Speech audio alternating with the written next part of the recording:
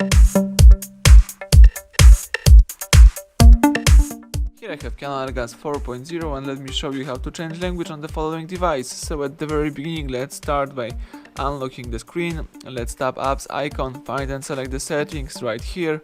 Scroll down to a personal tab and here you should find the language and input right here. So let's choose language and input, select languages.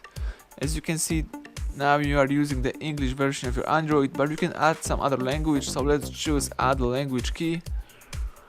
And here we've got all list of available languages. In my case, let me just say that I would like to change my language from English to Spanish. So let's tap on Espanol. Let's choose your region. Let me choose España, for example. And right now you have to input the Espanol into the first position. And if you go back, you will see that all list of settings and also applications are in Spanish. So now if you would like to go back to previous version, just tap apps icon, find and select ajustes or configuraciones. Let me choose configuraciones.